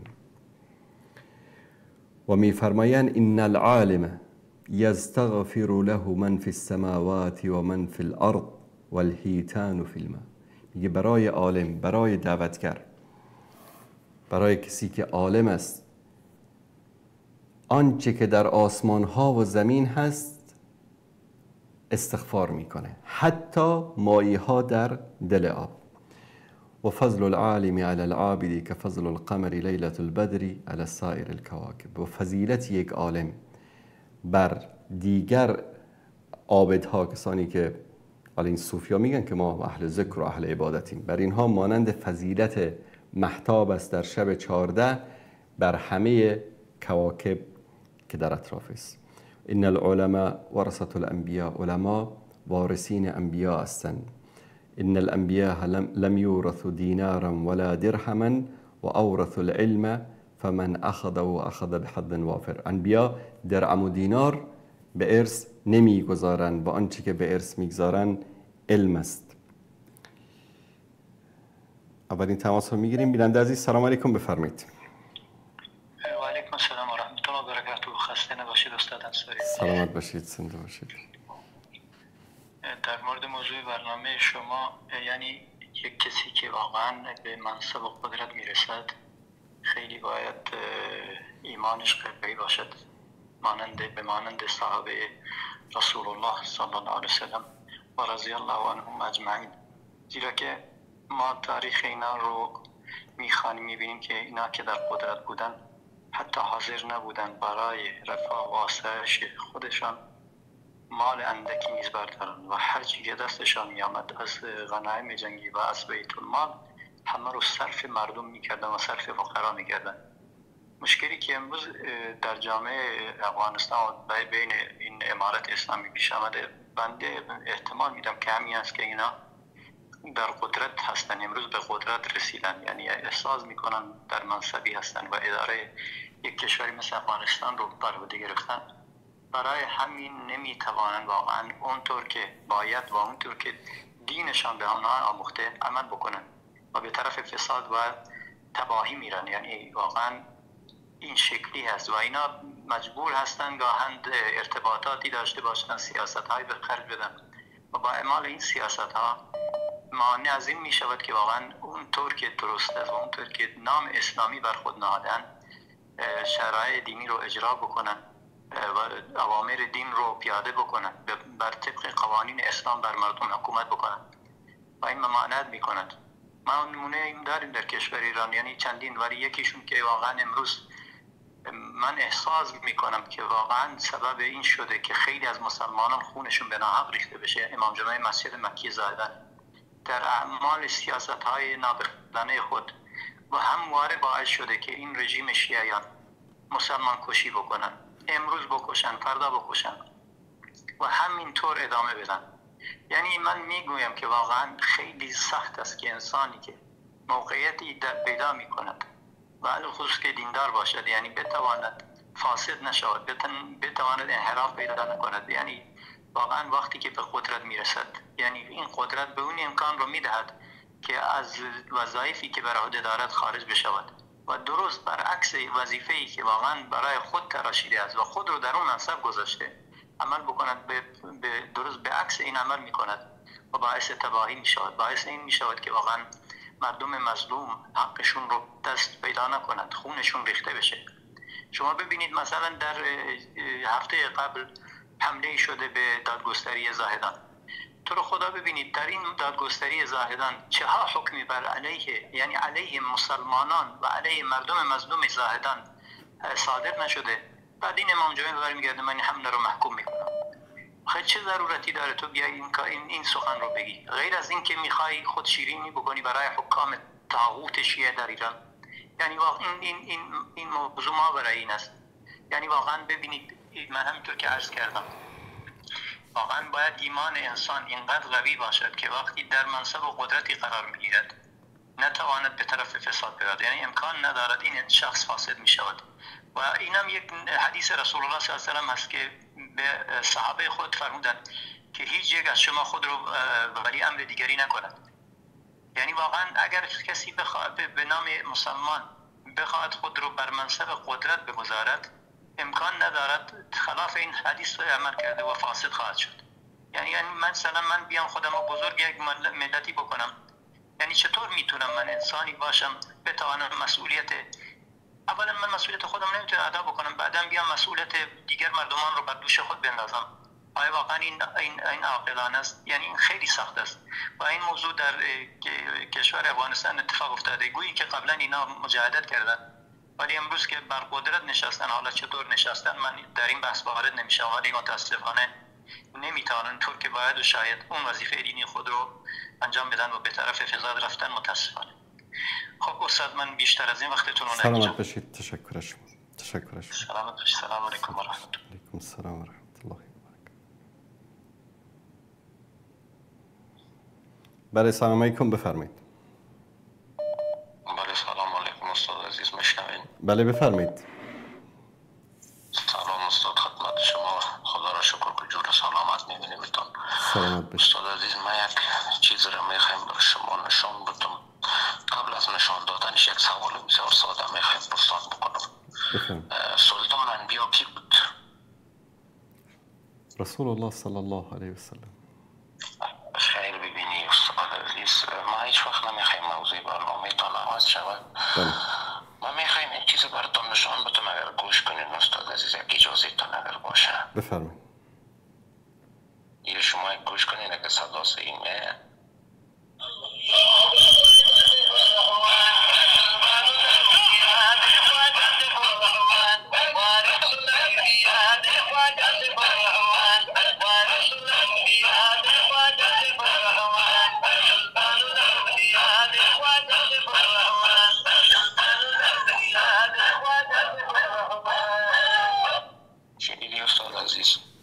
بله امروز متاسفانه یعنی همینا هستن که امروز رخنه کردن مانند موریانه در بدنه امارات اسلامی، صوفیای رقاصه مشرک خرافاتی و دین رو مسخره کردن. اهل شما را با خدا، اگر یکی از اینا مثلا مادرش یا پدرش کسی بیه 4 نفری جمع بشن نام پدر و مادرش رو بگیرن، مثلا نام مادرش زهرا باشه، مثلا نام پدرش احمد باشه، زهرا هو زهرا هو، چیکار میکنید؟ یعنی خوشش میاد؟ یعنی بگو نام رسول الله صلی الله علیه و آله و سلم رو الله متعال به ما امر میکنه که ان الله و ملائکته یصلون علی النبی یا ایها الذین آمنوا صلوا علیه و سلموا تسلیما. الله متعال امر میکنه که به پیامبر درود بفرستیم. در کجای دین گفته که یا رسول الله بگو هاو هاو بکن؟ یعنی متاسفانه این کجفهمی اینها یکی از اسباب بدبختی است. زنده باشی استاد عزیز. ما یک صفحه است در فیسبوکی همیشه همین صوفیا را انتقاد میکنه، ویدیو مندازم. امروز می آهنگ صوفیا را ما شنیدم که میگه سلطان انبیا دی خواجه سیف الرحمن، یعنی اینها پروای پیامبر انبیا الهی را پروای که نداره. ما کی هستم که پروای ما را داشته باشه؟ و استاد عزیز ما یک چیز بسیار کوتاه بگویم، درد خدا مسئول امی عالم را کیرال زندانی کردن، گلگون ما پر از بخاطر از این. ما از رسانه شما خبر شدم که آدم زندانی شده. شما باور بکنید استاد مثل ما و صدها نفر دیگه هستن که به خاطر اینمی سیف الرحمنی مجبور شدن که وطن خدا خاک خدا اعلان کنن. به خدا قرآن قسم میخورم به الله یگانه که اگر اینمی سیف الرحمنیان که ما مشکل نمیداشت هیچ وقت ما وطن خدا اعلان نمیکردیم. به خاطر از اینکه ما از مساجد یارا کشیده بودیم، اینا دنبال ما بودن و میخواستن همونطور ما رو بزنن. و خودتان معلوم است استاد عزیز، خداوند هدایتشان کنه. من دیگه کدوم گفتنی ندارم استاد. وقتتان خوش. سلامت باشید. تشکر از شما. بیننده عزیز سلام علیکم بفرمایید. الو. بله بفرمایید. سلام علیکم. خسته نباشید جناب استاد. سلامت باشید. تشکر. کشورهای اسلامی به حساب به سبک 1400 سال پیش دارن پیش میرن. و یعنی چی به سبک 1400 سال پیش؟ یعنی چی به سبک 1400 سال؟ یعنی میخوان افرادی رو میخوان خودشون با این القاب و اسلامی به حساب خودشون خیلی آدمای مؤمن و دیندار و متعهد جا میزنن. وقتی که وارد حکومت شدن کسی نمیتونه جلوشون رو بگیره. کشور جهان سوم این شکلی هستن. اونطور که ما می‌بینیم. خب چه ربطی به 1400 سال پیش داره؟ بر مردم حکومت کنن. چه ربطی به 1400 سال پیش داره؟ چه ربطی به 1400 سال پیش داره؟ یعنی الگوبرداری یعنی آدمای مناقضی هستن که تنها راهشون اینه که وقتی میخوان به قدرت برسن الگوبرداری بکنن و ظاهرا از 1400 سال پیش. آها ظاهرا بله درست. به قدرت رسیدن اون درونشون نشون میدن. یعنی واسه صاحب قدرت یعنی نمیتونن اون خباثت درونی خودشون رو پنهان بکنن. یعنی نمیتونن اون خباثت درونی خودشون رو پنهان بکنن. بله این بسیار راحت هم در کشور جهان سوم ما درست. اتفاق خیلی راحت میفته. تشکر از شما. مردم ظواهر رو نگاه میکنن. ما از جامعه درسخون آگاه نیستیم، مطالعه نمیکنیم. هر رو فقط به ظاهرش نگاه میکنیم. آقا رعایت کرده، آدم درستی است، خیلی خوب. ایشون وارد کار بشن. مردم خودشون اختیار مملکت در دستشون نمیگیرن و اون فردی هم که هر چی باشه، من باشم، شما باشم، وقتی به حکومت میرسیم چون تجربه این کار نداریم، افراد درسوز تشخیص نمیدیم. دور و برمون میگیرن افرادی که سودجو هستن و ما خیال میکنیم اینا راستگوین. وگرنه کشوری مثل انگلستان شما فرض کنید 700 ساله چون تجربه حاکمیت دارن، 700 ساله خیابوناش عوض میشده، حاکمیتشون زیاد فرقی نکرده. با خاطری که مردمش آگاه، جامعه زود فریب نمیخورن. ما جامعه زود فریبی هستیم، زود فریب میخوریم. تشکر از شما. نمیتونیم زنده باشید. نمیتونیم به حساب یک بار گزیده شدیم دوباره هم باید استفاده 3 بار 5 بار 10 بار 50 بار تمومی نداره تا زمانی که باید داریم هستیم. خدا نگهدار. خدا نگهدار شما. تشکر از شما. تشکر میکنم از این بیننده عزیزمون. بیننده گرامی بفرمایید. الو. بله بفرمایید. سلام علیکم. حال شما خوبه؟ سلامت باشید. تشکر از شما. زنده باشین. ببخشید من در راجب عزیز صحبت میخواستم بکنم که شما چندین بار در راجب طالبا بیشتر که ویدیو پخش کردیم اینا شما گفتین که از خدا بترسیم که به بلای پروردگار گرفتار خواهی شد و ما شما در همین 50 سال گذشته که ما میبینیم هم از مردم و هم از علما چی بلای رو ما شما تجربه میکنیم به کشور خود. نه کشور ما سر داره، نه پا داره، نه مردم آرامش دارن، نه حتی پدر مادر آرامش دارن، نه معلم آرامش داره و نه هم کارگر ساده. عذاب بیشتر از این چیه؟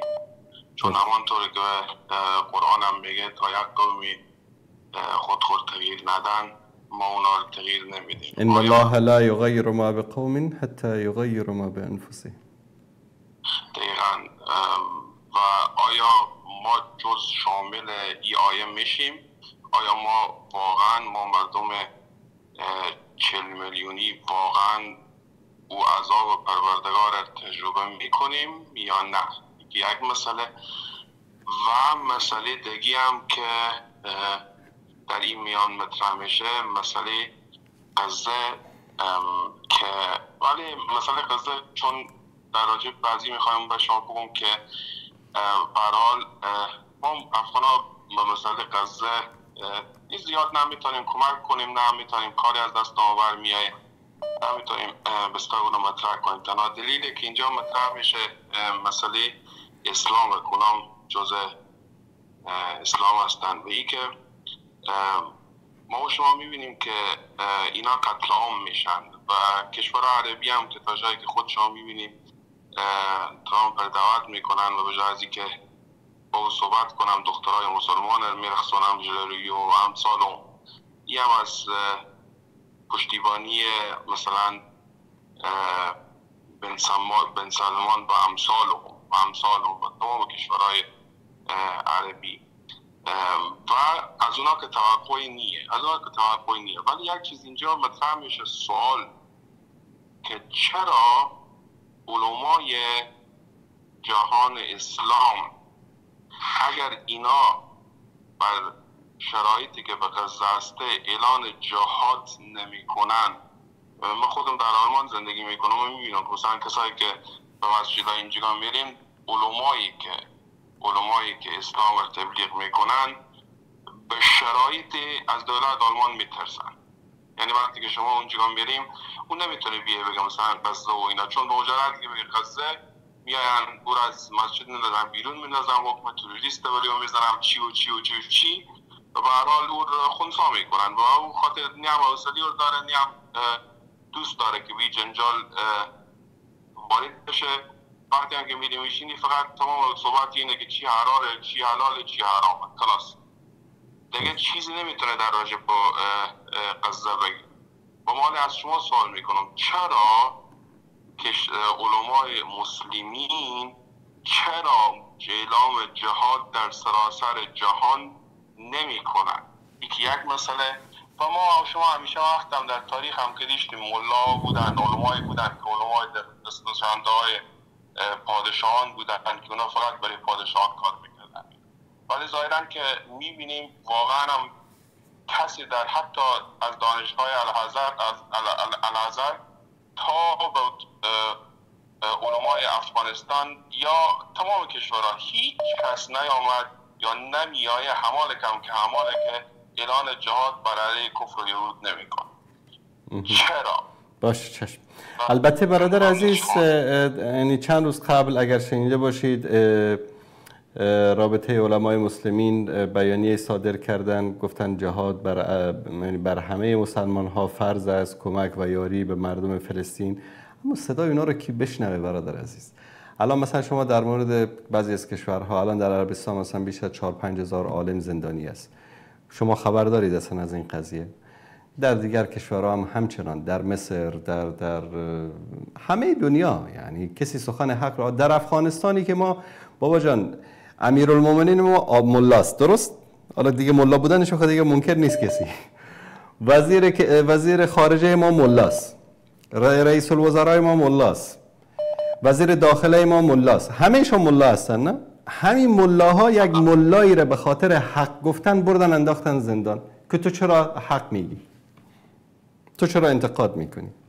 بدبختی حال شما با آلمان هستید، مثلا اونجا ملایی بگه که او مردم بلند شید بر علیه اسرائیل جهاد بکنید، فردا میبرن میندازنش گوشه زندان. بعد این ملا را که انداختن گوشه زندان، مشکل تنها مشکل ملا نیست، ما خیلی راحت میایم گناه رو میندازیم گردن ملا که چرا ملا حق نمیگه. یک سال یعنی وجدانن برادر عزیز، بینی و بین الله به قول آخوندهای ایران، همین ملای مسجد شما رو مثلا در هامبورگ در هر شهر آلمان که هستید گفت که مردم بلند شید کمک بکنید به فلسطین، پلیس آلمان آمد برد ایره انداخت زندان. همین شمایی که مثلا مقتدی همون مسجد هستید، فردا جمع میشید پشت در زندان برید اعتصاب غذا بکنید، بگید تا ملای مسجد ما رو آزاد نکنید، ما نه میخوریم نه مینوشیم. شما رو با خدا میکنیم همین کارو؟ نمیکنیم. نه. پس ملای بیچاره خودش رو با کشتن بده به خاطر من و شمایی که اصلا برای ما اهمیت نداره حرفش. آیا ملا فقط باید حرف حق رو بگه؟ ما باید در پی حق نباشیم؟ مشکل از همه جامعه است. مشکل در همه جامعه است. تنها گناه رو نباید گردن ملا. و ملا هم از آسمان از مریخ نیامده، ملا هم فرزند من و شماست. ملا، سیاستمدار، طاغوت، ظالم، ستمگر، امینا فرزندان همین جامعه هستن که جامعه اینا رو تربیت کرده به این شکل. درست حرف شما متین. نه ولی اگر اولا که اینجا کسی رو به زندان نمیندازن، تنها مشکلی که اینجا هست نهایت او رو از مسجد بیرون میکنن دیگه، نمیگذارن یا دیپورتش میکنن. نه دیپورت اینا، ولی به هر حال اون سمت مستقیم یا غیر مستقیم از دست میده و اینا. ولی بله اگر هم کسی مثلا چیز بیایه به عنوان مثال بور به زندان منظم، نه مثلا زندان تنها مثلا زندان نیست برادر. هر مصیبتی که سر یک عالم بیاد، مثلا من یکی از دعوتگران بسیار معروفی است در آلمان، از افغانای خود ماست، میشناسیمش، مثلا 25 سال است در اونجا، 1001 مشکل داره در اونجا. بعد میاد برنامه میره، مردم نصیحت هم دعوت هم میکنه، اما یک نفر نمیره بهش زنگ بزنه بپرسه که برادر تو چی مشکل داری، میشه این مشکل تو رو حل بکنیم، با تو کمک بکنیم. حرف زدن نه درست. ولی نگاه کنیم، ببین این چی رقم بره شما بگم، نگاه کنیم ما که هست تنها ما مثلا مثل امثال ما بله ما مسلمانیم، تا جایی هم که بتانیم نماز میخوریم، تا جایی هم که بتانیم مثلا یا کم یا زیاد مسلمان بودن خب به هر حال کوشش میکنیم که ادا کنیم، یا به هر حال یک صراط المستقیمی برای ما باشه، حالا کم و زیاد. ولی یک عالم یا یک کسی که دین برای مردم تبلیغ میکنه او فرق میکنه با من مسلمان. به خاطر از او که ما دین خود نه که منظور ما باشه از او میگیریم، نه، او وقت خود میگذاره و دین میاموزه و برای ما کسایی که مثلا زیاد در راجع به اسلام نمیفهمیم برای ما و شما برای ما و اینا توضیح میده. فرق ما از او زیاده. وقتی که او باید یکی از شرایط از او که عالم میشه و مردم برای از او احترام میگذارن به خاطر علمیات، به خاطر اینکه باید حقیقت رو بگه. اگر حقیقت رو نگفت صلاح شد که من نگفتم حقیقت، مثلا یا مثلا شرایط نیه که من بیام حقیقت رو بگم یا سکوت میکنم، خب این فکر نکنم که توجیه پذیر باشه. درست. تشکر از شما. شرایطی که میتونیم اگر تشکر از شما برادر عزیز. تشکر از شما. پیام شما رو گرفتیم. الله مصالحتون کنه. تشکر از شما. خدا. دوستان اگر کوتاه مختصر صحبت بکنن چون دقایق پایانی برنامه است. بیننده عزیز سلام علیکم بفرمایید. سلام و رحمت الله و برکاته. سلامت باشید. استاد محترم یک سوال داشته؟ اگر در رابطه با موضوع برنامه است بفرمایید. اگر سوالات شرعی است روز جمعه انشاءالله. بیرون از موضوع است. تشکر از شما. تشکر از شما. زنده باشید.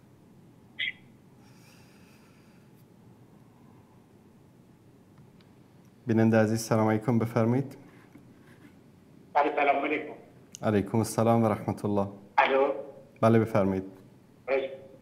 سلامت باشید. خیلی ممنون. سلامت باشید. تشکر از شما. تماسشون قطع شد. بیننده عزیز سلام علیکم بفرمایید. السلام علیکم و رحمت الله و برکاته. علیکم السلام و رحمت الله و برکاته. لطفاً صدای خیلی دوست دارم. سلامت باشید. لطفاً صدای تلویزیون رو ببندید. صدای تلویزیونتون رو ببندید. بفرمایید.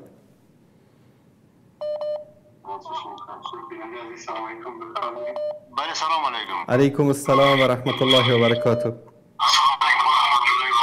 لطفاً صدای تلویزیون رو ببندید بیننده گرامی.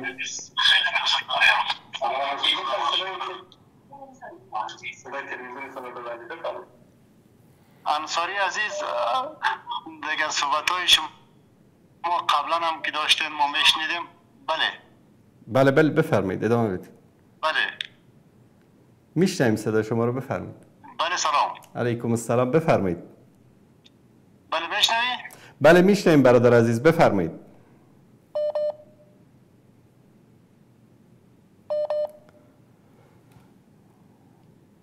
عزیزانی که تماس میگیرن لطفاً صدای تلویزیون رو ببندید. اگر کسانی دیگری پای تلویزیون هستن شما برید در یک اتاق دیگه. چرا؟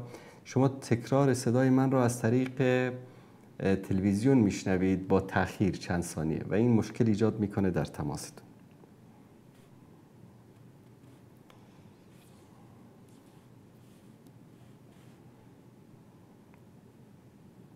بیننده عزیز بفرمایید.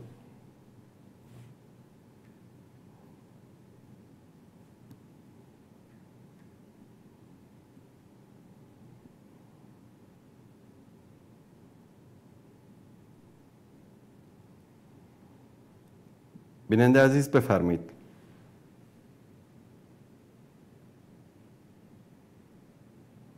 بیننده گرامی بفرمایید.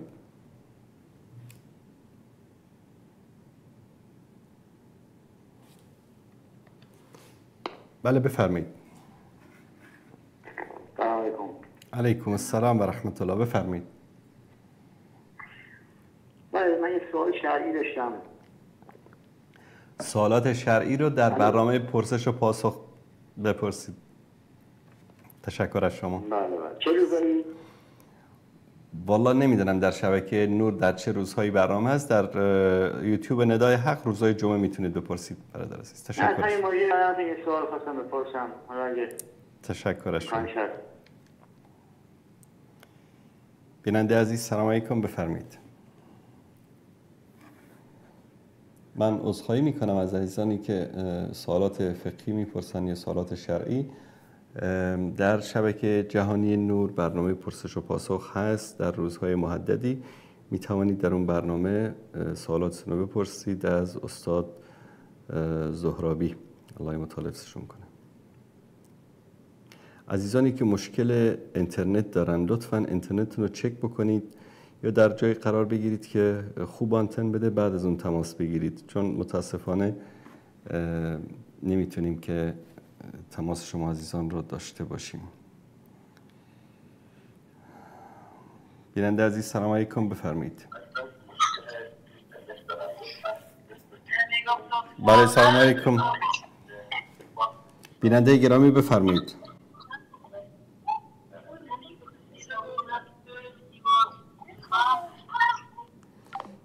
دوستان عزیزی که سعی میکنن صدا رو از طریق تلویزیون بشن دچار این مشکل میشن که تماسشون مجبوریم که قطع بکنیم.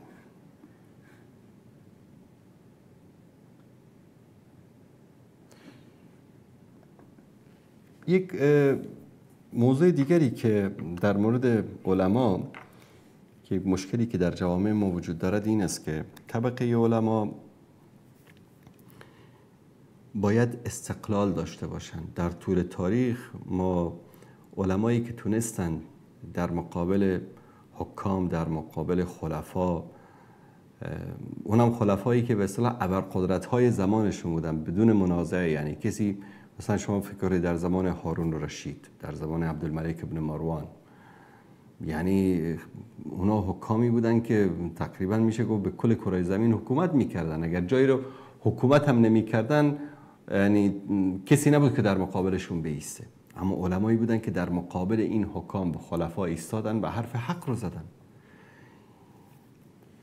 من داستانهایی رو شنیدم از بعضی از حکام و بعضی از علمایی که میرفتن و به در علما در نیمه‌های شب با لباسهای مبدل میرفتن و از اونها میخواستن که نصیحتشون بکنن.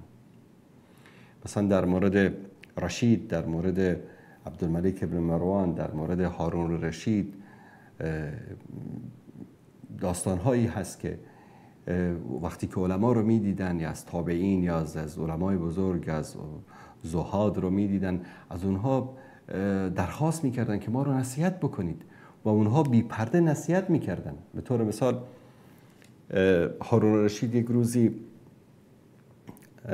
از یکی از علما درخواست میکنه، میگه که نصیحت بکن مرا. میگه والله من نصیحتی که میکنم نشه که بهتون بر بخوره. بعد از اون وقتی که نصیحت میکنه و سوالاتی که ازش میشه رو پاسخ میده، هارون الرشید گریه میکنه، به اندازه گریه میکنه، میگه که غش میکنه میفته. مثلا در به هارون الرشید میگه چقدر توجه میکنید به این سر و وضعتون، به صورتتون. میگه کوشش کن که این صورت زیبا و این شکل و شمایل زیبایی که برای خودت درست کردی امیرالمومنین، این رو از آتش جهنم نجات بده. حرف سختی است. میگه که وای به حالت ای امیرالمومنین که اگر شب بخوابی و صبح بیدار شوی و در دلت این باشه که ملت رو فریب بدی. امروز چقدر زیادن حکام فریبکار که ملت ها رو فریب میدن. میگه به دلیل اینکه رسول الله صلی الله علیه و آله و سلم فرمودن من اصبح غاشا لرعیته لم یرح رایحة الجنه. کسی که حاکمی که ملتش رو فریب بده بوی بهشت هم به مشامش نمیرسه. یعنی این جرأت میخواد که یک عالم در مقابل یک خلیفه اونم مثل هارون الرشید بیسته و این گونه سخن حق رو بیان بکنه. دوست عزیزی که 4 شماره آخرشون 52 57 است، شما اینترنتتون مشکل داره، اینترنتتون رو اصلاح بکنید، بعد از اون دوباره تماس بگیرید. و این رو همه باید در نظر بگیریم که در اون زمان وقتی که یک عالمی در مقابل خلیفه‌ای، در مقابل سلطانی می ایستاد و حرف حق رو میزد، سببش این بود که عالم استقلال داشت. امروز یک شورای علمایی درست میشه در هر کشور اسلامی، یک دارالفتایی درست میشه. عالم یا علما کارمندهای دولت هستن، علما حقوق بگیر دولت هستن.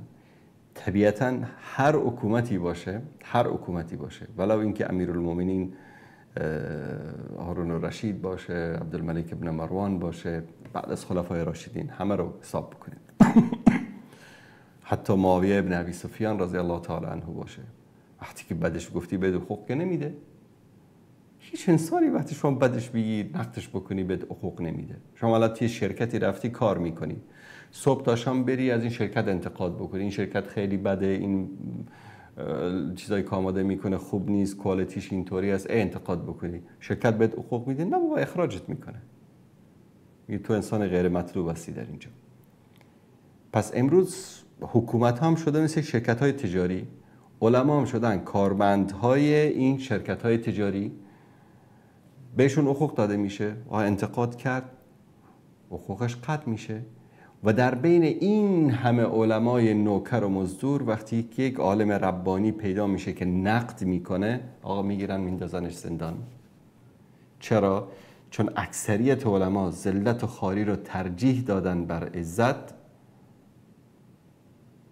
دنیا رو ترجیح دادن بر آخرت. به خاطر همین الله سبحانه و تعالی مثلهم کمثل الحمار مثلهم کمثل الکلب. چرا؟ چون دین رو در مقابل دنیا فروختن. و عالمی که دینش رو، علمش رو، زهد و تقواهش رو در مقابل درهم و دینار میفروشه، الله سبحانه و تعالی اینها رو از سگها و از الاغ و مرکب هم بدتر دانسته. به خاطر همین علما باید در هر جایی که هستن استقلال خودشون رو حفظ بکنن. بیننده عزیز سلام علیکم، بفرمایید. سلام و محترم. بفرمایید برادر عزیز. الو. بله بفرمایید، صدا شما داره پخش میشه، بفرمایید. خدمت شما بگم استاد گرامی، من اول میخوام ویژگی مثبت که تو امارت اسلامی دیدم بگم، بعد بریم سراغ ویژگی‌های منفی. این ویژگی مثبت که دیدم همین موقعی که افغان‌ها از ایران اخراج شده بودن، امارت اسلامی در حد خودش تلاش میکرد یه غذایی بهشون بده، مبلغ پول نمیدونم، به بعضی میداد، حتما به همه که نمیده. اونایی که اولین بار اومدن، بعد افغانایی که چندین بار بعد مر میشن فکر نکنم بده، ولی بالاخره یه کاری انجام میداد. یه سرپرانی یه تودری زده بود، ماشینایی هم تدارک دیده بود، بالاخره تلاش میکرد که مشکل افغانا رو حل بکنه. ولی تو سایر مسائل من میبینم افغانی هستن ایران که خودش یک کشور مزخرفه، میان برای افغانی میشه میادگاه، خیلی بده. ایران خودش از ایران به فرار کرد، برای افغانی میشه آرزو. اصلا وقتی باشن صحبت میکنیم میشنویم، امارت اسلامی تلاش هم نمیکنه مشکلش رو حل بکنه. حتی نان بالاخره تو افغانستان گندم که میشه کشت کرد، تلاش بکنه و بیشتر افغانان زمین ندارن و امارت اسلامی تلاش بکنه تولید گندم رو ببره بالا تا افغانستان حداقل مشکل نان نداشته باشن، گیر نان نباشن مثل غزه‌ای ها که یا باید فرار بکنن یا باید گشنه باشن. دیگه همچنین همین که شما فرمایش میکردی که رفته بودی سفارت جفتک میندازن. خب افغانستان البته کشور استبدادی هست، تا حدودی استبداد میخواد، ولی در کنارش هم اشکال نداره استبداد هم داشته باشه، سرکوبم بکنه، حداقلش دیگه باید مسئولیت هم بپذیره. اصلا هیچ گونه مسئولیت پذیری در ارتباط اتباعش نیست، فقط همین جفتک انداختن و سرکوب میفهمه امارت اسلامی. حالا چه کار باید بکنن به نظر شما افغانا که وضعیتشون بهتر بشه، امارت اسلامی رو پاسخگو بکنن؟ درست. نظر شما هم بشنویم استاد گرامی. تشکر از شما، زنده باشید. تشکر از شما. ببینید ما منکری خوبی های امارت اسلامی نیستیم. همیشه در هر برنامه کار خوبی کردن، امنیت، جلوگیری از فساد، بازسازی، همه این اعمال خوبی که انجام دادن رو ستودیم، تعریف کردیم، اما خوب رو خوب گفتیم و اگر اشتباهی دیدیم از باب دشمنی و عداوت نیست، از باب نقد سالم و سازنده بیان کردیم.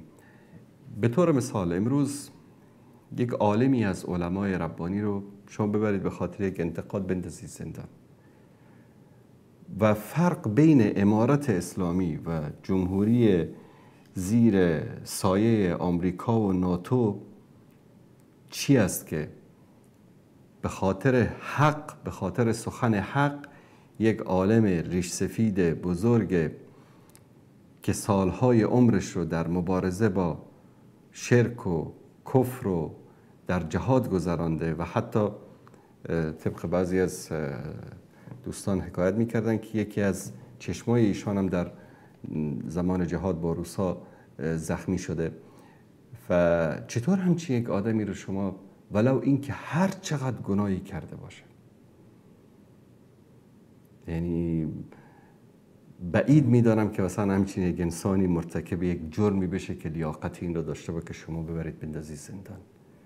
یعنی جایگاه یک عالم، حکام و خلفایی که گفتم به همه کره زمین حکومت میکردن، میرفتن در خونه علما. چطور شما دلتون میشد که برید وارد خانه همچین عالمی بشید و او رو بگیرید و ببرید بندازید زندان و فردا با چه روی دوباره او رو آزاد میکنید؟ امیدوارم که الله سبحانه و تعالی امنیت، آرامی، صلح و عزت و سربلندی رو به کشورهای اسلامی برگردانه، مجد و عظمت رو به امت اسلامی برگردانه. و صلی الله علی سیدنا و حبیبنا محمد و علی آله و صحبه اجمعین و السلام علیکم و رحمت الله و برکاته.